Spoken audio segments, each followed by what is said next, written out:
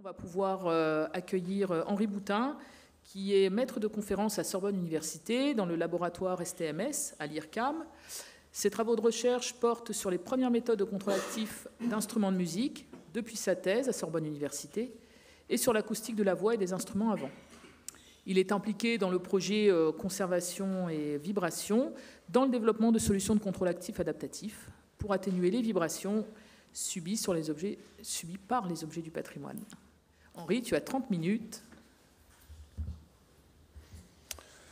Bonjour à tous, donc merci pour cette introduction et merci aussi pour m'avoir invité pour parler d'un certain nombre de résultats qui sont sur le contrôle actif et sur les méthodes actives donc de contrôle de vibration. Je vais faire cette présentation en français, mais merci aussi à la traduction simultanée pour pouvoir traduire donc en anglais. Alors, cette présentation donc, porte sur les résultats qui ont été obtenus principalement lors de la thèse de Loïc Format, qui est en photo ici, et autour d'une équipe projet, on va dire, qui s'est formée vers 2018 avec les différentes personnes qui sont représentées ici, donc Sandy qui est à mes côtés, Nicolas et Marguerite que vous avez peut-être déjà vu aussi, qui étaient dans le co-encadrement de la thèse de Loïc, et moi-même donc du laboratoire STMS à l'IRCAM. Alors, pour représenter un petit peu le contexte, il est assez établi aujourd'hui qu'il y a un certain nombre de sources de perturbations qui peuvent dégrader les objets du patrimoine et qui sont bien référencées dans la littérature, notamment l'éclairage et puis l'exposition à la lumière, donc qui peut venir de l'ultraviolet, mais pas uniquement, aussi du spectre visible, comme il a été mentionné en 2013 par Esrati et que vous pouvez voir ici via les photos qui sont ici. Et d'autres sources de dégradation qui sont la qualité de l'air, qui peuvent notamment être dues à la pollution, donc l'utilisation de polluants, un mauvais contrôle de température et d'humidité qui peut provoquer aussi un vieillissement prématuré des objets du patrimoine, comme cela a été référencé en 2015 par Nikkanen et Rouza. Et puis, une troisième source dont on a peut-être moins parlé, mais qui est aussi très bien référencée dans la littérature, c'est tous les nuisibles, et donc les insectes, les rongeurs, qui peuvent dégrader les objets du patrimoine, notamment dans certains matériaux comme le bois, comme on peut le voir ici. Alors aujourd'hui, je vais présenter plutôt des travaux sur une quatrième source qui est donc l'objet de ce colloque, hein, les vibrations. Et ce slide montre un petit peu un objet du patrimoine au centre de la diapositive, qui est soumise à différents types de sources de vibrations, qui peuvent être des travaux publics, des pas de visiteurs, comme vous pouvez voir ici, qui sont dans les musées par exemple, toutes sortes d'air conditionné, et puis il y a aussi des sources sonores, donc de production musicale, qui sont de plus en plus présentes parce qu'il y a de plus en plus d'événementiels dans les musées, donc qui peuvent être, comme on l'a vu ce matin, des concerts ou des défilés de mode. Et puis c'est intéressant aussi de voir ce camion-là qui représente des transports en commun qui peuvent passer à côté des musées et donc faire vibrer les objets, mais aussi qui soumettent des vibrations aux objets du patrimoine lorsqu'ils sont transportés d'une salle d'exposition aux réserves ou alors lors de prêts d'œuvres pour des expositions temporaires, par exemple. Alors, ces sources de dégradation, que sont les vibrations, ont été référencées plusieurs fois depuis les années 2000 au moins. Donc, notamment en 2002, comme ça a été montré déjà ce matin, lors des travaux du British Museum sur ce tableau que vous voyez ici, qui s'est fracturé en différents endroits. Et puis des fragmentations d'os de squelettes dues au pas des visiteurs ici, au Field Museum à Chicago. Donc, aujourd'hui, si on fait un petit état des lieux de toutes ces sources de dégradation, on peut se rendre compte qu'il y a eu beaucoup de travail et de publications depuis le début des années 2000 grâce à un certain nombre d'instituts et d'associations pour établir des normes et donc contrôler un petit peu les trois premières sources de dégradation dont j'ai parlé notamment, mais que ces normes sont encore très lacunaires ou manquantes carrément pour tout ce qui est source de vibration. Alors, on peut retrouver certaines recommandations, notamment pour le transport d'œuvres d'art, dans une norme que j'ai trouvée, une norme anglaise, sur la façon dont on pouvait transporter les œuvres pour éviter qu'elles se dégradent. Néanmoins, il n'est pas tout à fait question de vibration exactement dans ces normes-là. Donc voilà l'objectif de cette équipe projet, on va dire, qui rassemble, donc, comme je l'ai dit tout à l'heure, depuis 2018, un certain nombre de participants qui sont représentés ici par des logos. Donc il y a des participants académiques, dont, alors j'ai mis l'IRCAM en premier, c'est là où je suis, mais il y a d'autres participants, donc Sorbonne Université, le laboratoire SATI, CYU, donc l'Université de Cergy-Pontoise, et puis un certain nombre de participants de la communauté patrimoniale, donc un certain nombre de musées parisiens, l'INP, bien sûr, et puis une mention spéciale aussi pour le Musée de la musique et la Philharmonie de Paris, où travaille Marguerite, qui est vraiment dans l'équipe encadrante de la thèse de Loïc Format. Donc les objectifs de ce travail étaient de mieux comprendre comment les vibrations pouvaient avoir un impact sur les objets du patrimoine à court terme, mais aussi à long terme, et puis de proposer des normes sur les vibrations qui garantissent donc l'intégrité des objets. Et enfin, on avait aussi l'espoir de concevoir des systèmes de protection de vibrations adaptés aux objets du patrimoine, donc à différentes géométries d'objets, à différentes masses et à différents matériaux, donc avec un certain cahier des charges à respecter. Donc ce travail a été financé notamment par la Fondation des sciences du patrimoine, qui a permis de financer un certain nombre de stages, et donc cette thèse dont je vais présenter quelques résultats ici. Alors cette thèse qui a démarré en 2020, elle a démarré par une campagne de mesure qui a permis de caractériser les vibrations mesurées dans certaines salles d'exposition de musées. Alors, je vais montrer très rapidement aujourd'hui 3 mesures qui ont été effectuées au musée du Quai Branly, et puis après au musée des Arts Déco, et enfin au musée de l'Homme à Paris, à chaque fois. Donc lors de chacune de ces mesures, on a disposé des capteurs que j'ai appelés Sensor 1 et 2, qui sont disposés sur les supports d'œuvre ici, qui sont tout simplement des accéléromètres et qui viennent mesurer des vibrations. Sur le côté droit de la diapositive, vous voyez les vibrations mesurées lors de différentes expositions à une source vibratoire, qui est différente dans chaque cas. Alors dans ce cas-là, au musée du Quai Branly, cette source vibratoire, c'était la fermeture d'une vitrine juste devant les œuvres, qui provoquait donc la vibration des socles. Au niveau du musée des Arts Déco, le clavecin était soumis à des vibrations, comme on l'a vu ce matin, à cause de musique amplifiée dans une salle adjacente, donc à l'étage en dessous, je crois, donc sur le couvercle du clavecin. Donc on a mis un accéléromètre sur le couvercle, mais aussi sur l'éclisse, je crois, du clavecin. Voilà. Et puis au niveau du musée de l'Homme, on a placé ces accéléromètres sur des bustes en cire, et la source de vibration, c'était une source de vibration à beaucoup plus long terme, qui était les pas des visiteurs durant toute une journée. Donc là, on voit par ces mesures qu'on s'est intéressé à des vibrations relativement court terme, moyen terme et carrément long terme sur une journée entière. Alors ce qui est intéressant, c'est de voir que si on regarde les courbes de droite, on a toujours une courbe verte qui correspond à la mesure du bruit capté par les capteurs en l'absence de vibration, c'est-à-dire quand le musée est fermé, ou alors quand on ne ferme pas la porte, ou alors quand on n'a pas de musique amplifiée, tout simplement.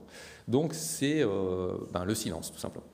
Et puis la courbe bleue montre les vibrations qui ont été mesurées en fonction de la fréquence. Et ce qui est intéressant de voir dans cette campagne de mesure, c'est que le contenu spectral, donc le contenu fréquentiel de ces mesures, est toujours relativement concentré à basse fréquence. Donc pour cette expérience-là, on voit qu'il est plutôt en dessous de 250 Hz, avec un petit accident à 320 Hz, on va dire, qu'on pourrait essayer d'expliquer. Pour le clavecin, on était plutôt en dessous de 200 Hz, et puis carrément en dessous de 150 Hz, mais toujours à basse fréquence, pour les bustes en cire du musée de l'Homme. Et puis au-delà de cette analyse spectrale, on a aussi mesuré carrément les niveaux d'accélération qui sont de quelques centièmes à quelques dixièmes de mètres seconde moins 2. Donc comme ça, on a une vraie mesure quantitative des accélérations qui ont été mesurées. Donc, grâce à cette campagne de mesure, on a pu mieux définir l'objectif des travaux vers lesquels on voulait travailler, qu'on voulait développer. Et donc, l'objectif étant bien sûr de réduire la vibration des objets du patrimoine lorsqu'ils étaient exposés dans les salles des musées ou alors lorsqu'ils étaient transportés. Alors, le cahier des charges qu'on s'est imposé d'avoir en discussion avec les partenaires patrimoniaux, c'était d'avoir une solution visuellement discrète, et puis réversible, non intrusive, pour respecter la déontologie imposée par les musées, bien sûr, et puis d'avoir une solution, comme je l'ai dit précédemment, adaptée à une large variété d'objets du patrimoine, donc à leur géométrie, leur masse et leurs matériaux. On a deux grandes familles de solutions donc, pour atténuer les vibrations qui sont connues dans l'industrie, qui sont la famille des solutions passives, donc qui consiste à placer simplement des matériaux de conditionnement, ce qui est relativement largement utilisé dans les musées, et puis des solutions actives qui sont peut-être un peu moins utilisées, qui consistent à placer une autre source de vibration, contrôlée cette fois-ci, dans le but d'avoir au niveau de l'objet du patrimoine une vibration totale, qui est donc la somme de la vibration subie, non souhaitée, et puis avec la vibration qu'on a créée pour que la somme des deux fasse 0 ou soit minimisée, aussi petite que possible. Donc si on s'intéresse très rapidement aux solutions passives, eh bien, un travail a été effectué par William Lucas, donc encadré par Sandy en 2022, qui a consisté à faire un petit modèle très simple d'objet du patrimoine, représenté ici par la masse, que vous pouvez voir là. Voilà, ça c'est l'objet du patrimoine, qui est disposé sur le support d'œuvre, ici. Et le matériau de conditionnement ici, qui est placé entre les deux, était simplement modélisé par une simple raideur, représentée par un ressort et un amortisseur. Donc si on s'intéresse à ce modèle très simple et qu'on calcule le déplacement de la masse par rapport au déplacement du support, donc x2 sur x1, et qu'on représente ça en fonction de la fréquence, on se rend compte d'un comportement typique de ce genre de matériau, c'est que le matériau de conditionnement qui est ici atténue les vibrations à haute fréquence, c'est-à-dire au-delà d'une certaine fréquence, tandis que dans toutes les basses fréquences, le rapport est au-dessus de 1, autrement dit, x2 est plus grand que x1, ce qui signifie bien que la vibration est amplifiée à cause du matériau de conditionnement. Alors bien évidemment, les fréquences qui sont représentées ici et les valeurs, elles dépendent des valeurs de raideur et d'amortissement qu'on a données dans notre modèle et qui sont caractéristiques du matériau qu'on va utiliser et qui ne sont pas forcément à prendre en compte, enfin qui peuvent changer d'un matériau à l'autre. Alors ce modèle est-il valide? C'était la question qu'on s'est posée bien sûr après.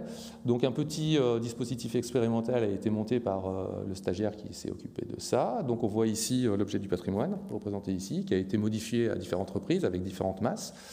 Le matériau de conditionnement, c'était une mousse reposant sur un support ici, et donc on avait deux capteurs capables de mesurer la vibration de l'objet du patrimoine ici et la vibration du support. Et ici, un simple pot vibrant capable d'imposer des vibrations pour simuler la vibration non souhaitée. Voilà. Donc les différentes mesures que l'on a fait présentent un comportement assez similaire à celui du modèle. Donc ça valide ce modèle très simple et ça valide aussi l'intérêt de ce modèle qui est de montrer que les matériaux de conditionnement placés sous les objets du patrimoine ont un comportement type filtre, qu'on appelle filtre passe-bas, c'est-à-dire qu'ils coupent les hautes fréquences mais pas les basses fréquences. Voilà, donc cette petite étude permet de montrer que les solutions passives sont intéressantes mais pas suffisantes, en tout cas pour réduire la vibration des objets dans les plus basses fréquences. Donc la question qu'on s'est posée, c'est est-ce que l'autre famille de solutions, donc active, peut avoir un effet intéressant pour atténuer les vibrations à basse fréquence. Alors pour expliquer un tout petit peu le principe de ces vibrations de ces solutions actives, on a un schéma assez simple. Ici, vous voyez une source de vibration primaire, qui peut être donc les pas des visiteurs, les transports en commun, etc., qui va donc émettre une vibration qui se transmet, soit de façon solidienne, soit par le son, jusqu'à l'objet du patrimoine qu'on va supposer se placer ici. Donc, bien évidemment, la vibration subie par l'objet du patrimoine est donc mesurée en violet, elle est présente et elle est uniquement due à cette source primaire. Donc, ça vibre. Voilà, comme vous pouvez le voir ici, l'objet du patrimoine oscille. Donc, on n'est pas content. Et donc ce qu'on va faire, c'est qu'on va mettre une source de vibration dite secondaire ici, qui va vibrer en opposition de phase avec la source primaire, de sorte que ici, la somme de la vibration de l'oscillation rouge et de l'oscillation bleue soit aussi proche que possible de 0, et que l'objet du patrimoine ne vibre plus, tout simplement. Voilà, donc ça c'est le principe. Alors bien évidemment, on a essayé de mettre en œuvre cette solution, donc tout d'abord par des modèles et des simulations, et puis ensuite de l'appliquer carrément à un vrai dispositif expérimental. Donc ce schéma vient modéliser un peu, représenter un petit peu le contexte. Donc on a une source primaire de vibration donc non souhaitée qui va se transmettre jusqu'à l'objet du patrimoine par un chemin appelé le chemin primaire, qui est représenté en bleu ici par ce qu'on appelle une fonction de transfert.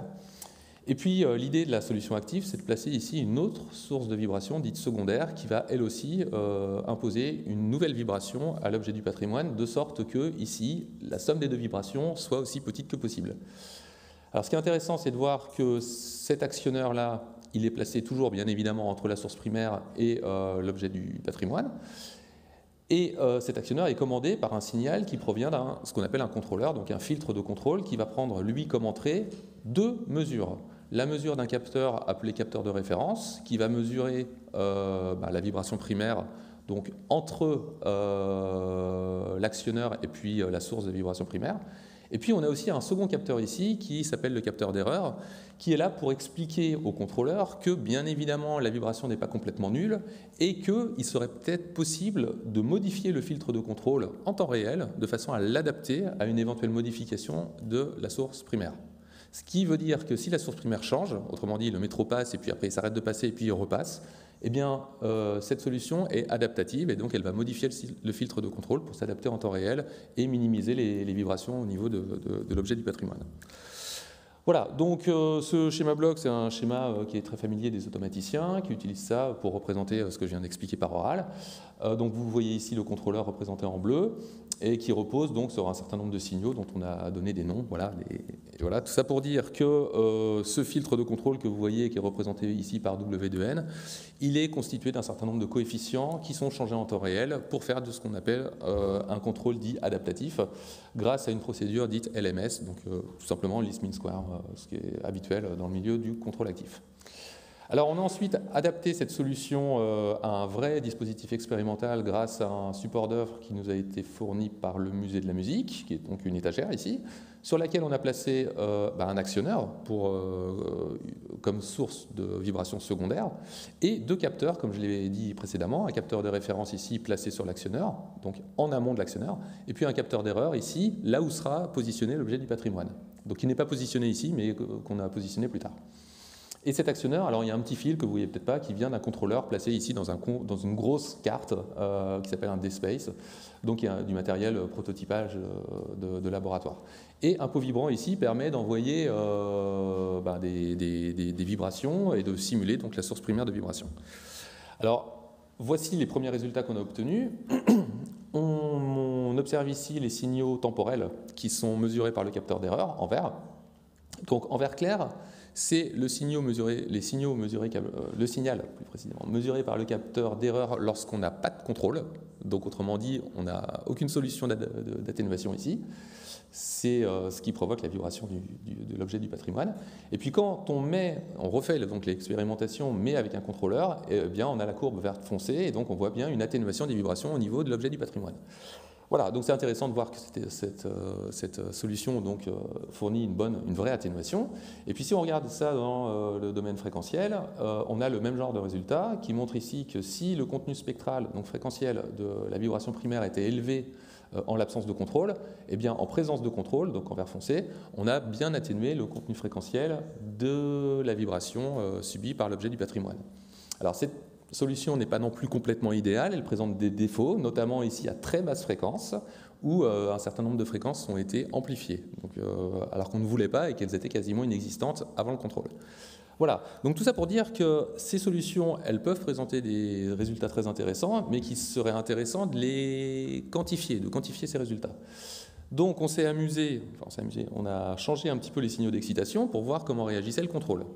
Donc là, on a mis une autre source de vibration primaire dont l'amplitude augmente, puis se réduit, puis réaugmente, puis se réduit à nouveau, pour voir comment la vibration a été atténuée au niveau de l'objet du patrimoine.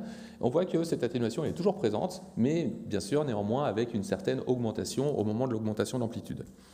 Et puis on s'est intéressé aussi à changer dans la vibration primaire le contenu fréquentiel de cette vibration. C'est-à-dire qu'on a changé, là il s'agissait d'une vibration large bande, puis avec un contenu spectral réduit, puis encore modifié à chaque fois.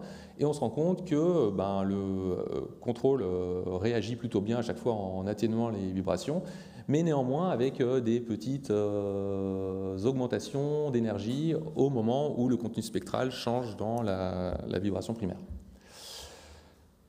Tout ça est plutôt prometteur. On a quand même rajouté un objet du patrimoine sur l'étagère pour voir si l'objet lui-même était bien évidemment atténué en termes de vibration et que ce n'était pas uniquement le support. Et on se rend compte, donc avec un capteur supplémentaire ici, placé sur un spécimen qui est censé représenter un objet du patrimoine, que la vibration mesurée par ce capteur-là est assez proche de la vibration mesurée par le capteur d'erreur. Donc, au final, si les deux vibrations sont à peu près les mêmes en présence de contrôle, on peut conclure que cette solution de contrôle actif, si elle permet d'atténuer le support, elle permet aussi d'atténuer dans une certaine mesure la vibration de l'objet du patrimoine, bien évidemment si la géométrie de l'objet du patrimoine n'est pas trop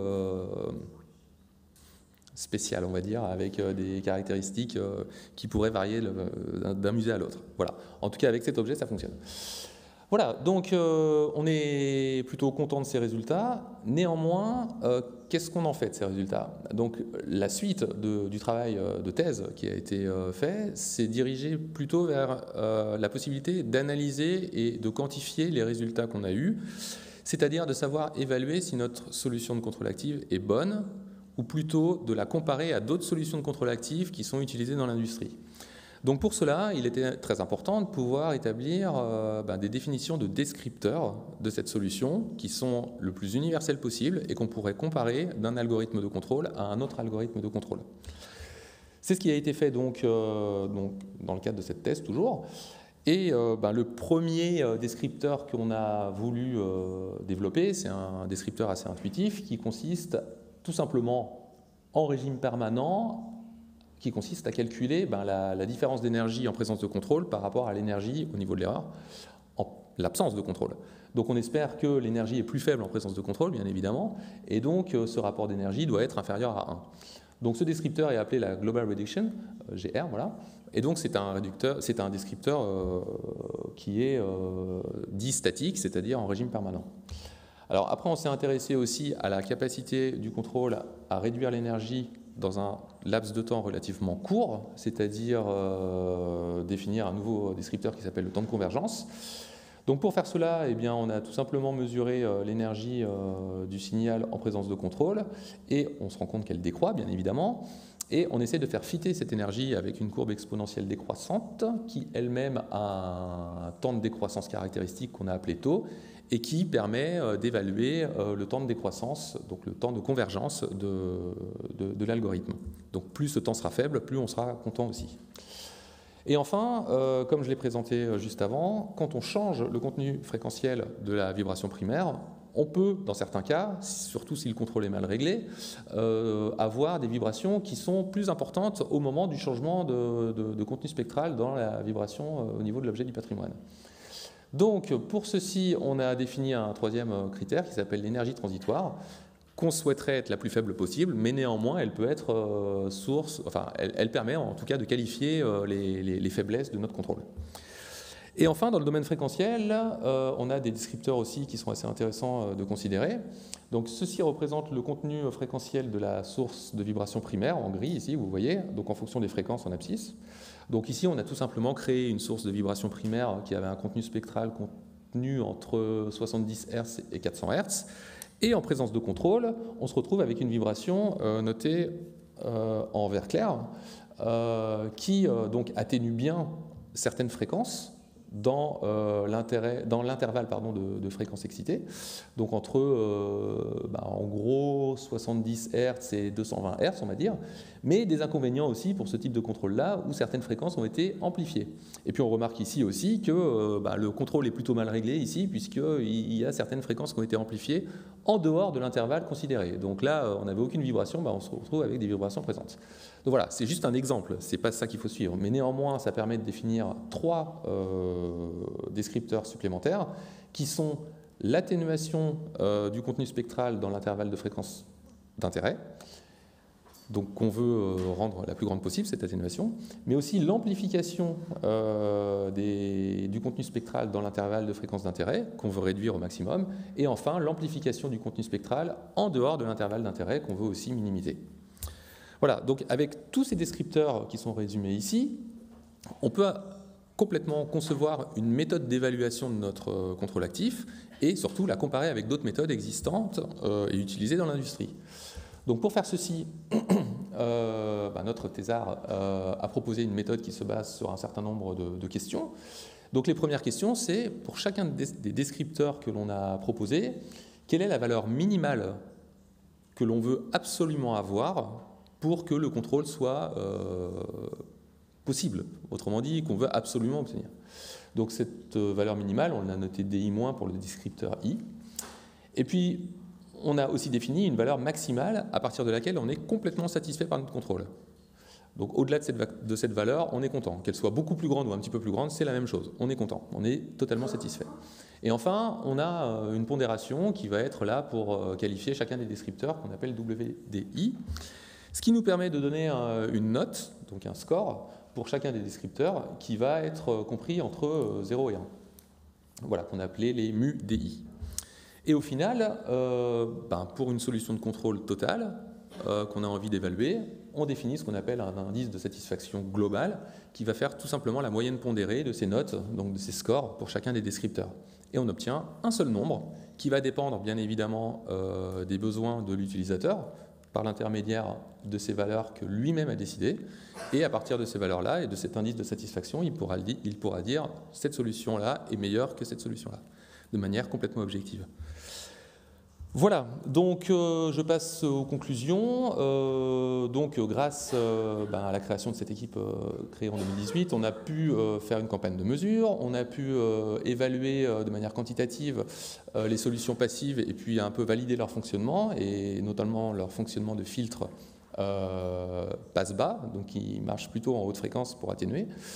Et puis on a développé aussi une solution de contrôle actif, qui a permis d'obtenir un certain nombre de résultats et puis surtout de définir un certain nombre de descripteurs qui nous ont permis de définir une nouvelle méthode pour comparer entre elles différentes méthodes de contrôle actif. Voilà, je vais m'arrêter là, après présenter quelques perspectives qui vont être les travaux auxquels on va s'intéresser dans l'avenir, qui consisteront donc à étendre ce benchmark à différentes solutions de contrôle actif qui sont existantes aujourd'hui, et puis à développer carrément une solution à bas coût, embarquée, de façon à pouvoir la tester, à la valider dans différents musées. Je vous remercie pour votre attention.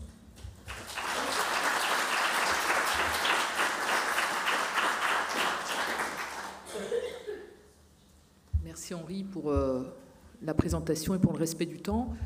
On enchaîne les 3 présentations et on fera une séance de questions communes aux 3 interventions. Donc, on va accueillir Marion Billot maintenant, qui va nous parler d'analyse, de modélisation. Les lunettes, je vais les mettre, ça servira. Analyse des vibrations des peintures dans les musées. Non, je mélange, voilà, c'est bien ce qui me semblait. Pardon. Évaluation de la sensibilité vibratoire d'insectes naturalisés épinglés et établissement de limites de sécurité. Alors, Marion Billot est conservatrice-restauratrice diplômée de la Haute École Arc en 2018 et elle est forte de 4 ans d'expérience en conservation préventive à la Bibliothèque de Genève. Elle est aujourd'hui collaboratrice support scientifique dans la section invertébrés du Muséum d'histoire naturelle de Genève, où elle contribue à la gestion des collections. Vous avez 20 minutes pour nous exposer vos recherches. Alors, bonjour à toutes et à tous. Je vais vous parler aujourd'hui de l'évaluation de sensibilité que nous avons menée sur nos collections entomologiques, sensibilité aux vibrations, en vue des travaux qui étaient prévus aux abords du muséum et de nos réserves. Donc voici le Muséum d'histoire naturelle de Genève. Il est abrité dans un bâtiment qui date des années 60 et qui est situé au cœur de la ville de Genève. Il est constitué d'une aile exposition et d'une aile scientifique comportant les collections, les ateliers et les laboratoires pour tout ce qui est activité de recherche. Donc vous avez ici une vue du bâtiment exposition avec l'entrée principale dédiée au public. Fin 2016, un crédit d'étude a été voté pour la conception d'une 3e et nouvelle aile afin de répondre aux normes de conservation et de sécurité, et c'est ainsi qu'est né le projet Ambre. Vous voyez sur cette image la simulation 3D du bâtiment d'exposition, le bâtiment scientifique et le nouveau bâtiment qui était prévu et qui devait être rattaché au bâtiment actuel par une galerie d'accès. Le bâtiment actuel devait également faire l'objet de travaux de renforcement parasismique. On attendait l'implantation par carottage de pieux de 12 mètres. On attendait l'excavation de la semelle de fondation du bâtiment, des sciages et des destructions de dalles et de murs. Et les niveaux vibratoires engendrés par ces travaux n'étaient ni maîtrisés ni connus par l'entreprise de construction. Nous avons commencé à nous inquiéter pour nos collections entomologiques à sec, qui sont constituées d'insectes épinglés dans des boîtes, insectes qui sont parfois même collés sur des petits supports en papier, et dont vous voyez quelques exemples sur ces images. Je vous laisse par exemple imaginer la sensibilité des antennes de ce spécimen, qui sont capables de tomber rien qu'en les regardant. Et donc, qu'est-ce qui était le moins pire finalement ? Laisser les collections en place, exposées aux vibrations engendrées par les marteaux-piqueurs, les pelles mécaniques, ou déplacer les quelques 35 000 cadres dans un lieu de stockage temporaire et externalisé, ce qui engendrait de nombreuses manipulations et ruptures de charge. Et nous devions objectivement répondre à cette préoccupation, et c'est la raison pour laquelle nous avons fait appel à l'entreprise Résonance. L'étude que nous avons réalisée avec Résonance s'est déroulée en 3 parties. On a d'abord évalué la sensibilité vibratoire des spécimens pour ensuite établir le comportement dynamique des armoires de stockage des boîtes. Ces 2 informations couplées ont permis d'obtenir des courbes qui ont été comparées à des exemples de travaux de construction. Et toutes ces informations nous ont permis de prendre une décision quant à l'avenir de nos collections durant les travaux. Pour couvrir l'ensemble de la collection, en tenant compte de l'hétérogénéité des spécimens selon leur groupe taxonomique, leur type de préparation et leur état de conservation, nous avons testé 5 types de boîtes, contenant chacune une sélection similaire d'insectes, soit épinglés, soit collés sur support en papier. Et ces boîtes, anciennes ou récentes, étaient en bois ou en carton, et certaines comportaient des modules, c'est-à-dire des petits compartiments pour séparer les spécimens. Et les plus vieux spécimens avaient une centaine d'années.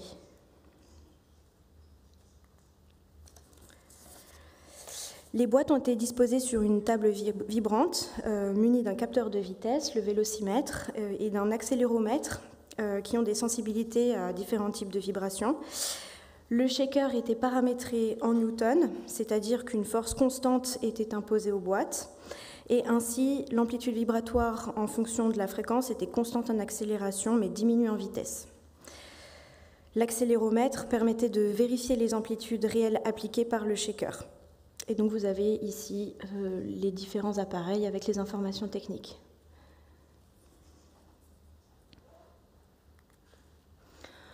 Un premier type d'essai a été réalisé en appliquant aux boîtes pendant 5 minutes une vibration de force constante avec une fréquence variant de façon croissante et linéaire jusqu'à 200 Hz.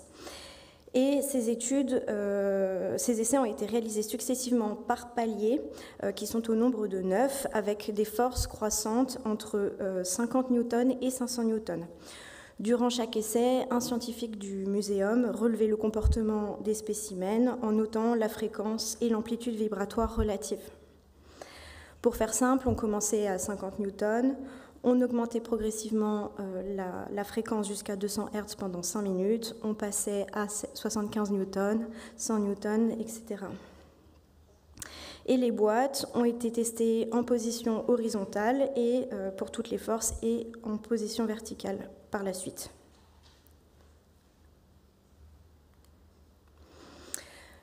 La mise en résonance des parties spécifiques des spécimens, que ce soit les pattes, les antennes ou les ailes, ou des mouvements de rotation autour des aiguilles, ont été observés dès 100 newtons, c'est-à-dire 2,2 mètres par seconde au carré pour l'accélération, dans la direction horizontale, et dès 200 newtons dans la direction verticale, c'est-à-dire pour une accélération de 4,4 mètres par seconde au carré, et les deux pour une fréquence de 20 Hz.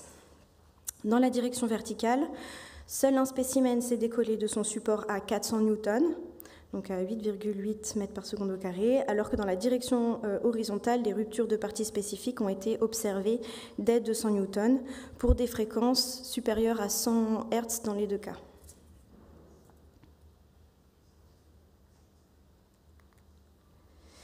Dans un second temps, afin d'étudier les effets dans la direction qui semble avoir le plus d'impact, c'est-à-dire l'axe horizontal, et pour étudier les phénomènes de fatigue, des essais ont été réalisés pendant 30 minutes avec une fréquence variant aléatoirement cette fois-ci entre 1 et 200 Hz pour une force de 100 newtons, puis pour une force de 200 newtons, donc les deux paliers qui posaient des problèmes. Et aucun dégât n'a été observé sur les spécimens et les boîtes en elles-mêmes n'ont montré aucun dommage.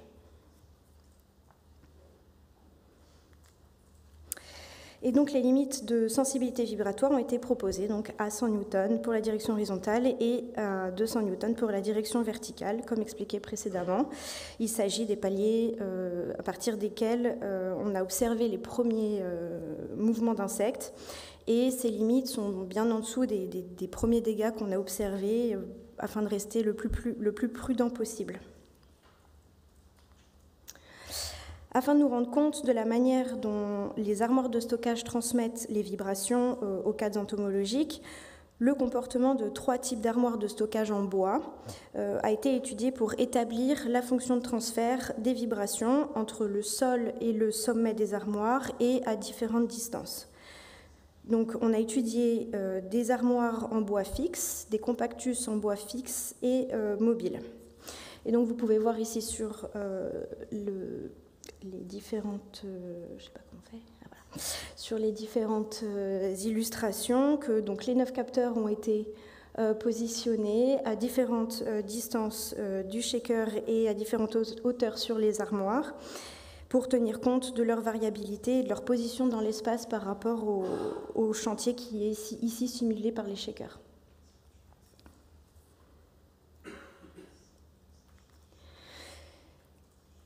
Les mesures ont montré que les compactus peuvent amplifier les vibrations jusqu'à un facteur 10, alors que les armoires fixes peuvent amplifier jusqu'à 4 fois les vibrations verticales et 30 fois les vibrations horizontales. Mais pas de panique, ces fonctions de transfert montraient que les amplifications se produisaient principalement à des fréquences inférieures à 100 Hz et qui sont des fréquences qui n'ont pas montré de dommages sur les collections. Et pour tenir compte de la variabilité des différentes positions et des différents types d'armoires, il a été retenu des courbes enveloppes que vous pouvez voir ici entrétillées, des courbes enveloppes des fonctions de transfert par direction et par type d'armoire. Et donc vous voyez l'exemple ici. En combinant la sensibilité vibratoire des spécimens dans leur boîte et les différentes fonctions de transfert des armoires de stockage, et en les comparant à des niveaux vibratoires enregistrés lors de travaux similaires, on obtient ce genre de graphique. Donc vous voyez la limite à 100 newtons pour la direction horizontale. Et donc là, c'est pour un certain type d'armoire. Et donc différents types de travaux, et on peut voir que les pieux ont dépassé le seuil de tolérance. Et ce pronostic nous a permis de conclure que les limites de sensibilité seraient probablement dépassées pour certains types de travaux.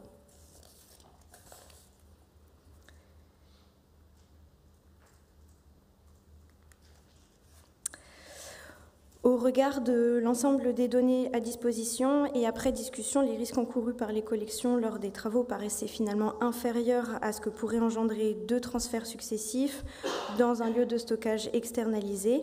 Et il a donc été décidé que les collections resteraient sur place à condition de mettre en place un protocole de suivi des vibrations pendant toute la durée des travaux, avec astreinte du personnel et alerte en temps réel, et mise en place d'un plan d'action en cas de dépassement des seuils d'alerte. Les travaux et le suivi sont toujours en cours, et je peux déjà vous dire que les seuils d'alerte ont été dépassés plusieurs fois, et il est apparu par exemple que des destructions à la masse engendraient des vibrations beaucoup plus problématiques que des destructions au marteau-piqueur par exemple, et du coup on a arrêté les travaux à la masse, et voilà. Je vous remercie de votre attention.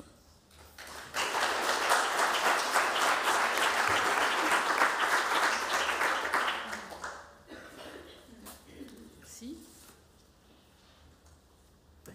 Donc on va enchaîner avec la dernière intervention de cette première séance, qui sera donnée par M. Dron, qui va porter sur l'évaluation expérimentale du comportement vibratoire de collections muséographiques à l'aide d'un excitateur électrodynamique. Alors, depuis plus de 25 ans, M. Dron participe au sein du bureau d'études AVLS aux études dynamiques et en particulier aux campagnes de mesures vibratoires et acoustiques. Son expérience est enrichie du développement de logiciels et de moyens de mesure pour répondre aux besoins très variés dans le domaine de la dynamique des structures. Il a notamment participé à de nombreuses études sur des éléments de patrimoine, qu'ils soient architecturaux, Tour Eiffel, Nef du Grand Palais, Palais de Chaillot, ou artistiques, Musée d'Orsay, Musée du Louvre, Fondation Louis Vuitton. C'est dans ce cadre qu'il a participé aux études dynamiques réalisées dans le Muséum d'Histoire naturelle et à l'Hôtel de la Marine de Paris, qui font l'objet de cette présentation. Et donc vous avez 20 minutes. Parfait. Bonjour, je m'appelle Alexis Dron. Comme ça a été dit, je travaille dans le bureau d'études AVLS au sein du département vibration. On réalise beaucoup d'études vibratoires sur tout type de structures, bâtiments, infrastructures, objets du patrimoine. Et c'est dans ce cadre que je vais vous présenter 2 cas pratiques d'utilisation d'un excitateur électrodynamique dans le cadre d'études vibratoires sur des collections muséographiques. Alors le premier cas, ça va faire suite à ce qui vient d'être présenté. Dans le cadre de travaux d'agrandissement du Muséum d'Histoire naturelle, il était craint des nuisances vibratoires pour les collections d'entomologie qui sont stockées dans un bâtiment de ce campus. Comprend 80 000 boîtes qui sont placées sur 5 étages différents. Le deuxième cas d'étude qu'on va vous présenter, c'est l'ouverture de la collection Altani dans l'hôtel de la Marine à Paris. Il s'est avéré qu'il y avait des mises en mouvement d'objets lors de déplacements de visiteurs. Donc il pouvait être craint une détérioration de la qualité de la visite, voire peut-être même le risque pour des collections. Donc, les 2 exemples sont intéressants parce que les problématiques sont différentes du point de vue de l'origine des sollicitations. Dans un cas, on a une sollicitation qui vient de l'extérieur, les travaux. Dans l'autre cas, une sollicitation interne. Dans les 2 cas, idéalement, il faudrait arriver à réduire les vibrations. Donc, pour réaliser des essais, on va mettre en œuvre un excitateur électrodynamique qui est présenté sur cette vidéo. Donc, c'est un shaker, comme vous avez vu déjà plusieurs fois dans cette présentation. Le laser, c'est là. Donc, c'est un shaker qui est comme ça. L'intérêt de celui-ci, c'est qu'il peut être utilisé de 2 configurations différentes. On peut l'utiliser en excitateur pour injecter de la force dans les structures, en l'équipant de masses mobiles. Donc les masses mobiles qu'on voit sur la face avant. Il y a 15 kg de chaque côté, donc elles se mettent à osciller de manière verticale et à injecter beaucoup d'énergie dans la structure. Donc, comme présenté sur cette vidéo, ce n'est pas le niveau vibratoire qu'on va utiliser dans le cadre d'une étude dans un musée, c'est pour montrer les niveaux qu'on peut obtenir. Donc on voit quand on excite à la résonance, c'est un mot que vous avez beaucoup entendu aujourd'hui. À la résonance, c'est quand la structure veut vibrer. Vous voyez qu'avec une excitation tout à fait importante, on a quand même des sollicitations très très importantes qui sont mesurées sur cet escalier. L'intérêt, c'est qu'on peut utiliser tout type de signaux d'excitation, des balayages en fréquence, des signaux aléatoires synthétisés, ou voire même utiliser des enregistrements qu'on a pu utiliser. La deuxième configuration, c'est la configuration table vibrante, comme a été utilisée dans la présentation précédente. On vient mettre une plaque au-dessus de l'excitateur, et on peut ainsi exciter directement des échantillons légers ou jusqu'à une dizaine de kilos pour faire des tests en fatigue, des tests très long terme, d'excitation, tout type d'excitation sur des échantillons légers. En termes de capteurs, on utilise des vélocimètres, des accéléromètres, encore des termes que vous avez beaucoup utilisés aujourd'hui. Tout dépend de la typologie de la structure qu'on veut instrumenter. Les géophones ou vélocimètres, comme celui qui est placé à côté de la... Ce sont des appareils qui sont un peu plus imposants, plus lourds. Les accéléromètres sont plus petits, ont moins de sensibilité basse fréquence, mais peuvent avoir d'autres avantages.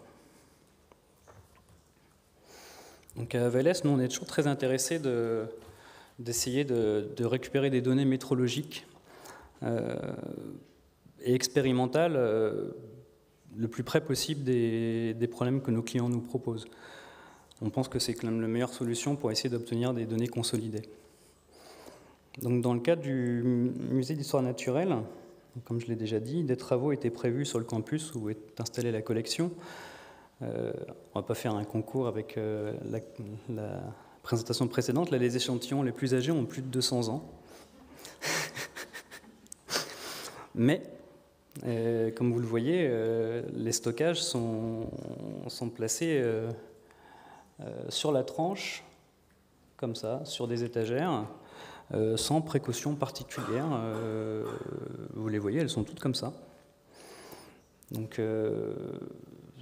poser des questions sur la sensibilité de cette solution de stockage, et plus encore sur la sensibilité directement des insectes. Quand on nous a posé cette question, nous, on n'avait strictement aucune idée du risque de dégradation d'insectes, même simplement à quelle fréquence il pouvait y avoir des problématiques qui apparaissaient. Donc on a proposé toute une méthodologie à base de mesures pour essayer de mettre des chiffres sur ces problématiques. Donc la méthodologie, c'était de faire des mesures directement à l'intérieur des zones de stockage du muséum pour avoir les niveaux vibratoires qui existent déjà en permanence, avoir une idée aussi du contenu fréquentiel de ces niveaux vibratoires auxquels sont soumis en permanence les collections depuis maintenant quand même quelques dizaines d'années. Ensuite, dans un deuxième temps, on espérait avoir des informations sur les contenus fréquentiels des excitations permanentes et essayer de soumettre les échantillons à des excitations du même type avec des amplitudes de plus en plus importantes pour voir si on avait un risque d'apparition de dégradation. On a aussi fait des tests large bande pour voir s'il y avait des phénomènes résonants qui apparaissaient sur différentes parties des insectes. Le résultat qu'on espérait, c'était des gammes de fréquences d'apparition des phénomènes et des amplitudes vibratoires qu'on aurait pu proposer de fournir comme des limites à ne pas dépasser dans le cadre d'excitation externe au musée. Donc les mesures simultanées, des mesures in situ, on considère à faire des mesures simultanées entre le sol et les étagères. C'est vite avéré que le sol avait beaucoup moins d'influence que l'étagère. Les niveaux vibratoires mesurés sur les étagères par ce capteur-là montrent, vous êtes maintenant habitué à des diagrammes en fréquence. Donc ici, c'est un diagramme en tiers d'octave, comme présenté par nos amis anglais du British Museum, une échelle en logarithmique. Et on voit qu'ici, quand une activité a lieu dans le bâtiment de type marche, circulation d'escalier ou à l'étage, on a une réponse principalement centrée sur 25 Hz. Ça veut dire que les étagères amplifient en permanence les niveaux vibratoires à cette fréquence-là. Donc, régulièrement, les échantillons du Muséum d'histoire naturelle sont soumis à des niveaux vibratoires qui sont relativement importants, de l'ordre de 70 dBV. Donc, c'est légèrement plus que la sensibilité tactile. Donc, on peut considérer que ce sont des niveaux qui ne sont quand même pas complètement anodins. Les tests qu'on a réalisés sur place ont consisté aussi à faire des déplacements d'échantillons, mise en place et retrait d'échantillons des étagères. Et là, pour le coup, les niveaux vibratoires atteints sur l'étagère sont encore plus importants. On atteint quasiment 90 dBV. Donc 20 fois plus que quand quelqu'un marche. Et c'est des choses qui sont, semble-t-il, relativement tolérées par les gens qui travaillent là-bas. Dans un deuxième temps, on a réussi sur un panel d'échantillons représentatifs fournis par le Muséum d'histoire naturelle. Donc, ils nous ont fourni 6 boîtes qui considéraient représentatives de l'intégralité de la collection. On a soumis ces boîtes à 2 types d'excitation, des tests en amplitude croissante dans la gamme de fréquences relevées sur les étagères pour voir si des phénomènes de dégradation apparaissaient. Donc un peu comme la méthode précédente, on est parti des niveaux mesurés sur l'étagère, un petit peu en dessous. On a multiplié par 2 le niveau à chaque opération sur la même boîte. Et entre chaque opération, on prenait des photos et on observait s'il y avait une dégradation possible des insectes.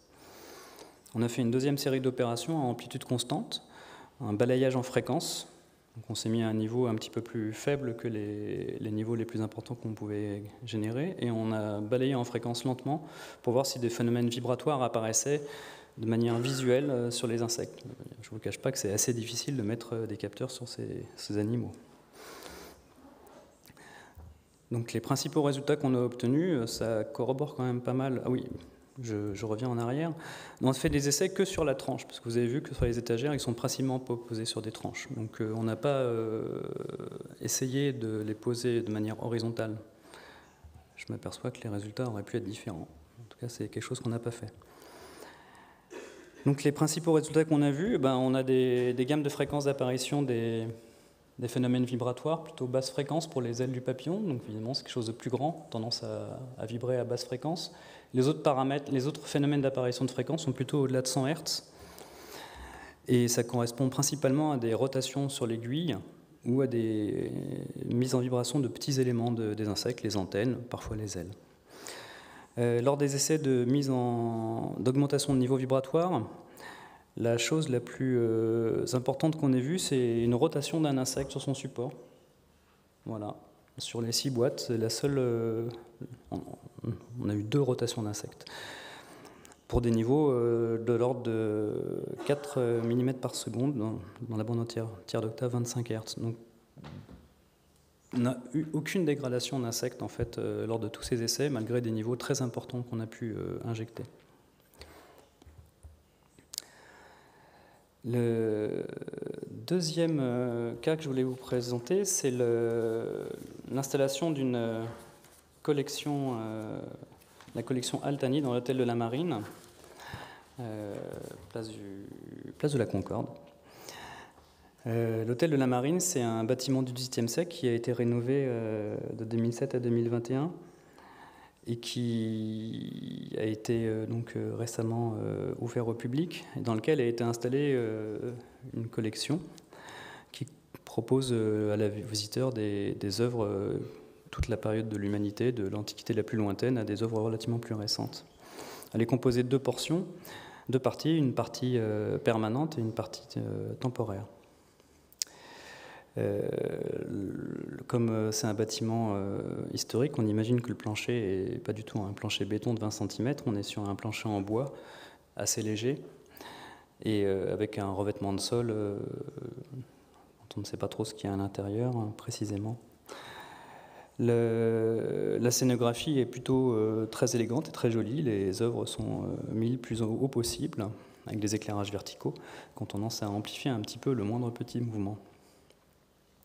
Donc, qu'est-ce qui s'est passé? En fait, pendant la visite, il y a des œuvres qui peuvent se mettre légèrement à osciller. On n'a pas eu de déplacement d'œuvres, parce que je pense que ça aurait été un peu plus ennuyeux, et simplement certaines oscillations.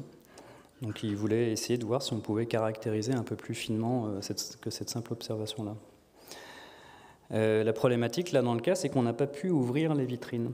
Donc, vous avez les mesures de nuit, évidemment, puisque le musée est ouvert en journée. Et on n'avait pas accès à l'intérieur des vitrines. On peut le comprendre pour un point de vue de sécurité, mais métrologiquement, ce n'était pas très pratique. Donc là aussi, on a essayé d'utiliser une méthode d'excitation indirecte en positionnant notre excitateur à proximité des œuvres.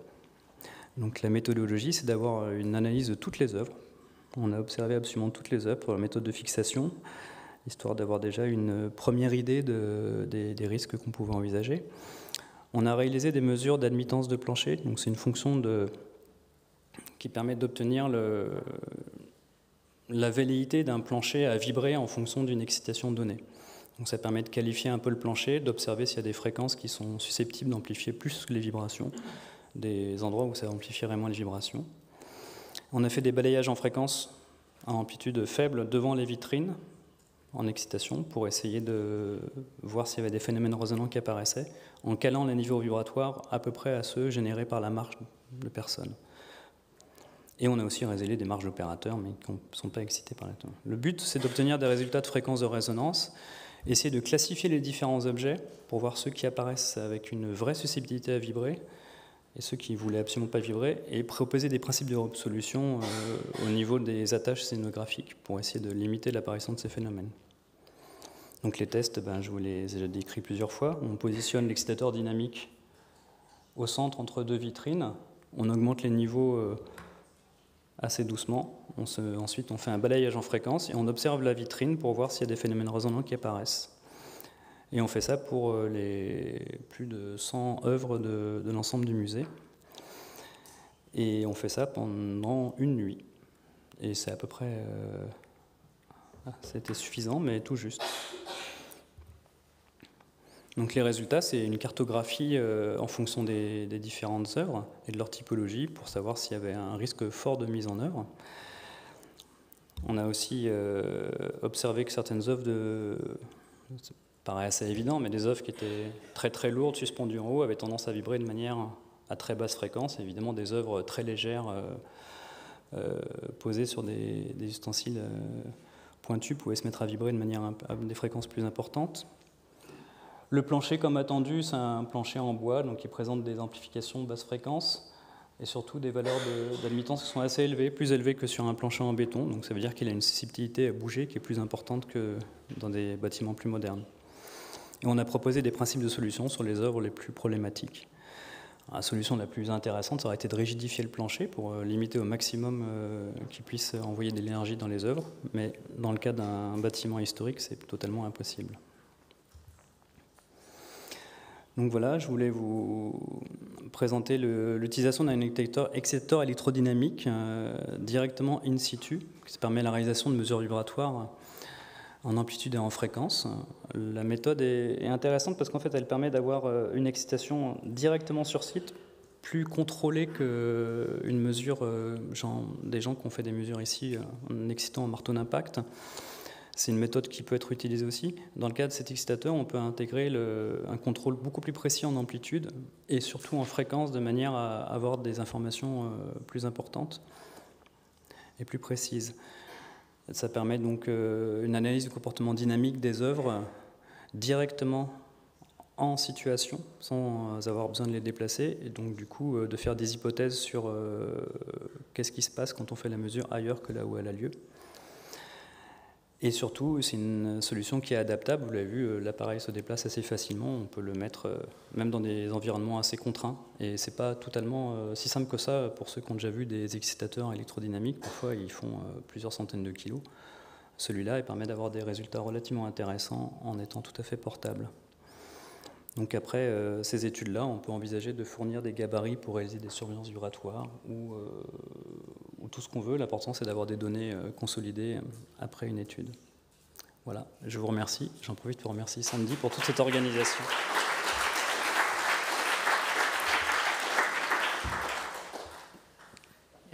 Merci pour le respect du temps. Eh bien non, peut-être vous pouvez rester là et j'appelle les deux autres intervenants pour la séance de questions, s'il vous plaît, Henri et Marion. Y a-t-il d'ores et déjà des questions dans la salle ?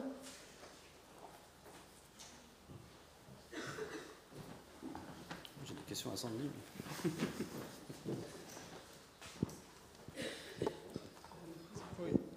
Donc, Gwendal Cuminel, je suis chercheur au laboratoire navier de l'École nationale des ponts et chaussées. Alors, j'avais une question pour chacune des présentations, pour pas qu'il y ait de jaloux. Pour la première expérience, vous testez des objets sur une table. Je voulais savoir si vous avez utilisé un accéléromètre monoaxial ou triaxial, pour savoir si vous avez regardé aussi la flexion de la table.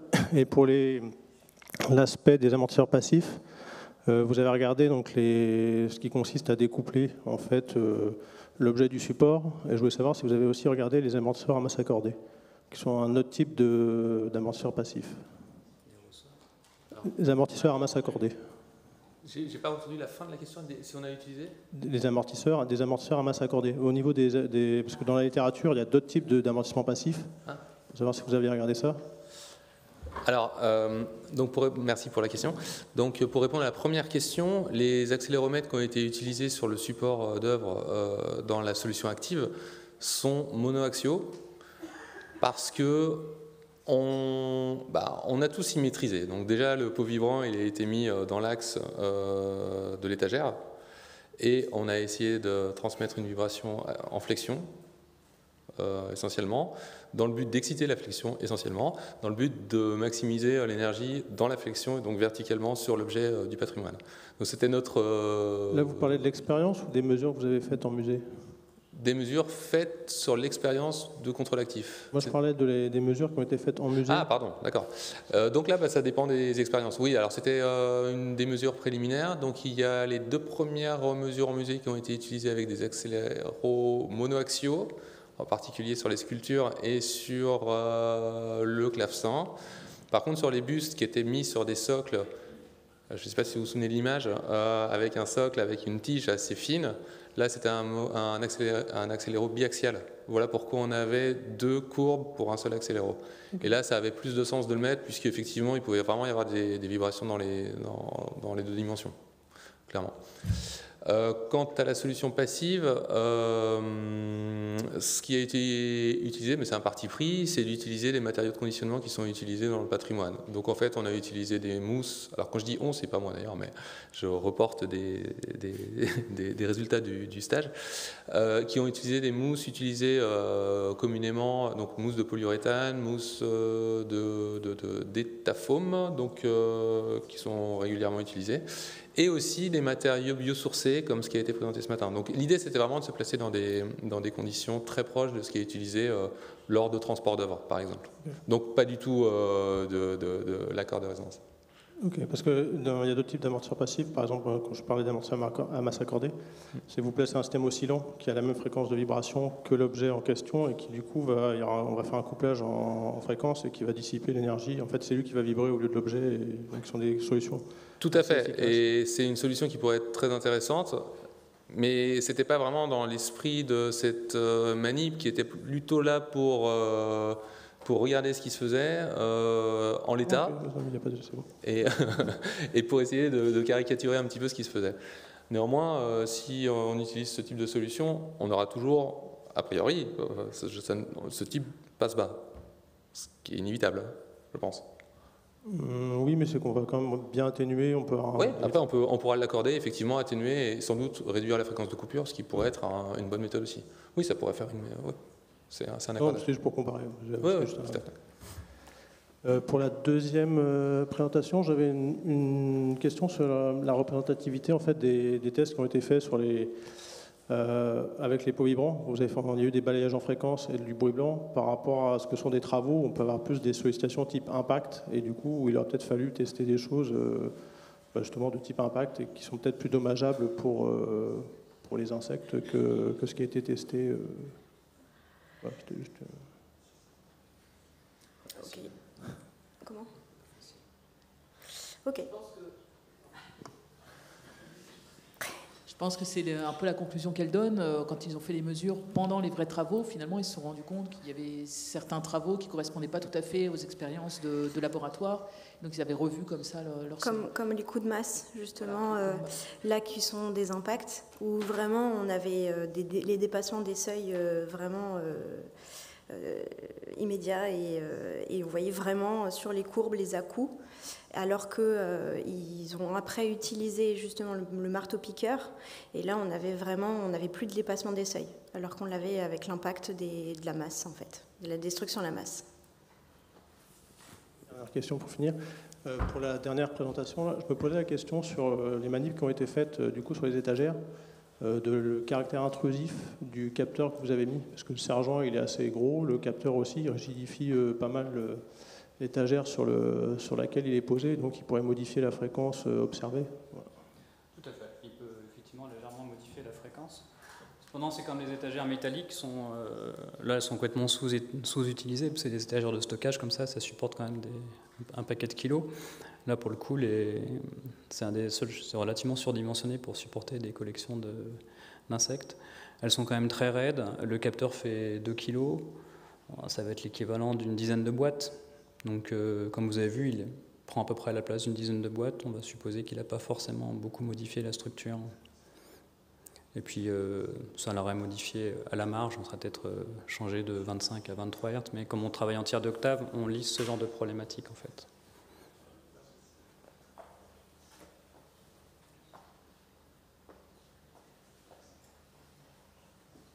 Je peux poser une petite question ? J'avais une petite question pour Marion.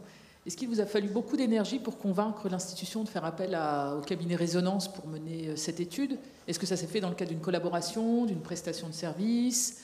Et derrière, est-ce qu'il vous a fallu beaucoup d'énergie pour arrêter les travaux à la masse et demander un autre outil parce que vous dépassiez des seuils ? Alors, pour la mise en place du projet, donc c'était un mandat qu'on a fait qu'on a demandé à Résonance. Ça n'a pas été difficile au niveau de nos tutelles pour demander les fonds, parce qu'on avait l'appui de Nelly Colliès, qui est conseillère en conservation au département de la culture à Genève, et qui a vraiment appuyé, et elle a tout de suite été entendue. Et la dernière question, c'était... À la fin, est-ce oui. que Ça a été difficile d'utiliser. Enfin, comment vous avez pu utiliser ces études? Là, vous dites qu'on a arrêté les travaux à la masse, qu'on est passé Alors, ça, c'était. Ouais.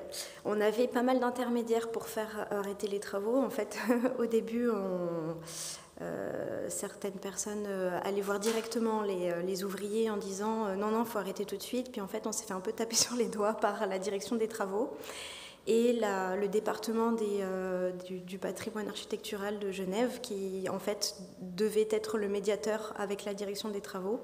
Et donc, ce qui se passait, c'est que donc on avait deux seuils d'alerte, un seuil qui était je crois que c'était à 30 ou 40% en dessous des seuils, enfin des dommages qu'on a eus, et le deuxième seuil d'alerte 2 qui était 10% en dessous. Et quand on avait un premier type d'alarme, il n'y avait que les scientifiques qui étaient mis au courant, mais si on avait les alarmes de type 2, là c'était la direction, et en fait on se rassemblait pour tous en discuter, et à ce moment-là, c'était la DPBA, le département du patrimoine architectural était informé, et c'est eux qui allaient voir la DT. Mais on n'avait vraiment pas le droit, nous, d'aller faire arrêter les travaux, parce qu'en fait, ça retardait les travaux, puis les ouvriers ne pouvaient pas travailler comme ils voulaient. Donc, ce n'était pas si simple que ça. On ne pouvait pas juste aller voir les ouvriers et leur dire « vous pouvez changer de méthode ». C'était discuter avec la direction.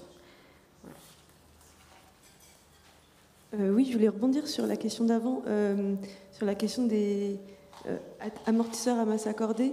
Je pense que c'est quelque chose qu'on avait discuté au début de la thèse. Et alors moi, je ne suis pas spécialiste de ces trucs-là, mais il me semblait que c'était assez invasif en fait en termes de juste visuel. Et il y a une considération qui a été vraiment prise en compte dans la thèse, c'était d'avoir un système qui était discret et qui pouvait être mis n'importe où. C'est-à-dire on n'avait pas besoin de refaire la vitrine, on n'avait pas besoin parce que je pense qu'il y a des systèmes de contrôle de vibration qui sont plus efficaces que ce qu'on a fait. Mais on devait toujours s'accorder avec des considérations de muséographie, en fait. Et c'est aussi un système en lui-même qui est perfectionnable parce que, notamment, il me semble que l'actionneur qu'on utilise, donc la source secondaire, n'était pas du tout vraiment optimisé pour les très très basses fréquences. Donc il y a aussi vraiment une marge de manœuvre de progression là-dessus sur vraiment l'instrumentation utilisée. Et toujours avoir en tête que ce n'est pas juste une histoire d'efficacité, mais aussi parfois de considération très pratique d'espace d'exposition. Du coup, j'ai une question sur la prestation. Alexis Dron, j'ai une question. Comment on explique les problématiques basse fréquence qu'on rencontre sur des systèmes de contrôle actif? Est-ce qu'il y a une raison particulière? C'est l'algorithme? C'est le principe même? C'est-à-dire pourquoi ça marche bien à basse fréquence? Pourquoi ça marche moins bien à basse fréquence? On a vu à chaque fois des détériorations de basse fréquence. Ouais, c'était pas vraiment le but. Le but, c'était de montrer que ça marchait mieux à basse fréquence que les solutions passives, mais on a bien vu, je suis complètement d'accord, qu'il y a en très basse fréquence, c'est quand même pas toujours optimal. Pourquoi? Alors, c'est une bonne question. Alors déjà, non, mais c'est pas facile. Je pense que déjà, les sources vibratoires Ok, je vais essayer de... Les sources vibratoires qui sont à l'origine des sources primaires de vibration sont jamais extrêmement basses en fréquence parce que tout simplement l'instrumentation utilisée ne permet pas de le faire. On envoie plus facilement de la puissance au-delà de 20-50 Hz qu'en dessous. Oui. Et au-delà de ça, le contrôle actif, dans tous les algorithmes qui sont utilisés, donc c'est quelque chose qui est bien expliqué aujourd'hui, un phénomène de ce qu'on appelle le spillover, où l'énergie atténuée dans l'intervalle d'intérêt peut être rebasculée dans les intervalles qui ne sont pas les intervalles d'intérêt. Et donc, quels sont les intervalles qui ne sont pas les intervalles d'intérêt? C'est ceux où on n'a pas excité. Donc, ça se voit beaucoup là où on n'a pas excité, et donc dans le très basse fréquence, là où on n'a pas excité. Voilà. Ouais, alors après, voilà, j'ai conscience de ne pas répondre totalement à la question parce que ça aurait été intéressant d'imposer une vibration extrêmement basse fréquence à quelques hertz et de voir si ça fonctionne toujours. Ensuite, on s'est quand même basé sur des mesures qui ont été faites en musée de vibration où on voyait que c'est vrai qu'on est en dessous de 500 Hz, on est généralement aussi au-dessus de 20 Hz. Donc on n'était pas trop embêté avec ça. Voilà. Mais non, mais c'est une très bonne question. Merci. Merci beaucoup. I have a question for you, Alexis. Two questions. For question number one, how did you measure vibration of the individual specimen in the case of the individual butterflies? So that's question one. And question two, how were the results of the electrodynamic of the shaker tester used? Was that to develop mitigation control measures, or was that simply to identify how the collection behaves dynamically? Okay, the second question first. We use it only to provide a visual observation, because we couldn't put it answers the question once. We couldn't put sensors directly on the bugs or in the shells, boxes. Thanks, boxes. So we didn't have. Putain, j'ai perdu la première question. Je vais peut-être vous répondre en français, en fait, ce serait plus simple. Est-ce que je pouvais la répéter? Can you repeat the second question? The first question is how was vibration of individual? How was resonant frequency of individual butterflies? You had a slide with the frequencies next to each specimen. I will answer that. On a fait un balayage en fréquence sweep suffisamment lent à amplitude constante pour qu'on ait le temps de voir l'apparition du phénomène, et on était 3 sur chaque boîte. Il y avait une quinzaine d'échantillons, donc on regardait chacun une zone et on relevait la fréquence en direct. Donc c'est une observation qui est purement visuelle sur un sweep qui est suffisamment lent pour avoir précision. Quand il y a marqué 32 Hz, je ne vous cache pas que c'est peut-être un peu abusé. On était à plus ou moins 2-3 Hz. Et la seconde question, du coup, parce que j'ai perdu. J'ai répondu à la seconde, c'est bon. I think so. Now I was simply wondering, for the second question, if shakers, it's something I've been kind of thinking about myself, if the shaker can, in your opinion, replace using, for example, breakers to test before construction work, just like in your test. So knowing the force that the shaker uses, whether that could be then that you could test the building with the known force and then substitute. I'm not sure that could work exactly well, but I would like to I understand what you say. We use this shaker in another operation pour reproduire une excitation d'un train. Donc on l'a mis à l'étage en dessous en faisant une vibration qu'on avait enregistrée, amplifiée très fort, et on avait des gens à l'étage qui étaient censés voir s'ils étaient gênés par ces niveaux vibratoires qui étaient ceux qu'ils auraient dans leur futur bâtiment. C'était pour leur montrer que c'était peut-être pas si grave que ça. Et en fait on a fait passer plusieurs fois et les gens entendaient un peu mais pas plus que ça. Donc on arrive à simuler des phénomènes comme ça. Dans le cas des travaux, on a beaucoup de chocs.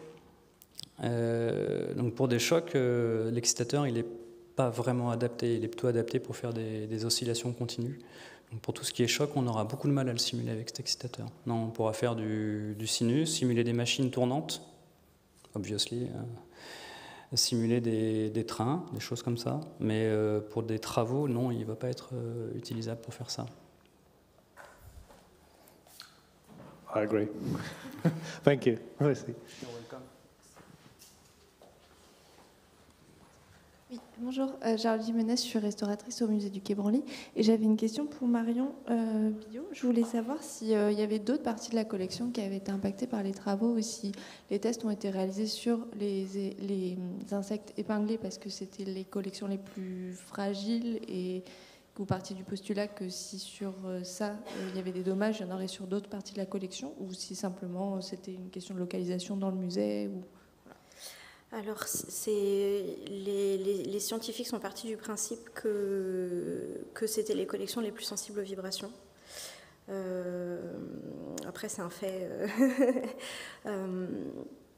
par rapport aux antennes, par rapport aux ailes ou aux pattes. En fait, c'est extrêmement rigide, donc il suffit juste parfois des manipulations un peu compliquées. Enfin, ça peut être... ouais. En fait, c'est vraiment ces collections-là qui les ont inquiétés. Je dis que ça les inquiétait eux parce qu'en fait, moi, j'étais pas là à ce moment-là. Et par exemple, on avait aussi la collection de Blaschka, qui sont des modèles en verre zoologique, qui représentent des méduses, qui sont en verre, qui est fin comme du verre d'ampoule. Qui, pour ces collections-là, on ne s'est pas posé la question, elles ont été déplacées. Elles ont été déplacées par un transporteur spécialisé. Et là, pour le coup, il n'y avait pas de... Voilà, c'était décidé comme ça. Après, c'est assez drôle parce que le Muséum de Strasbourg, ils ont déplacé toutes leurs collections sauf les Blaschka. Donc voilà, c'est des décisions différentes qui ont été prises, des paramètres différents qui ont été pris en compte. Et en tout cas, pour les collections d'insectes, c'est vraiment ce qui a alerté les scientifiques. Okay, merci beaucoup. Merci. D'autres questions dans la salle? Bon, bah merci, messieurs, dames, pour vos interventions. Et on va pouvoir aller à un petit café, va peut-être réveiller l'audience. On se retrouve dans 20 minutes.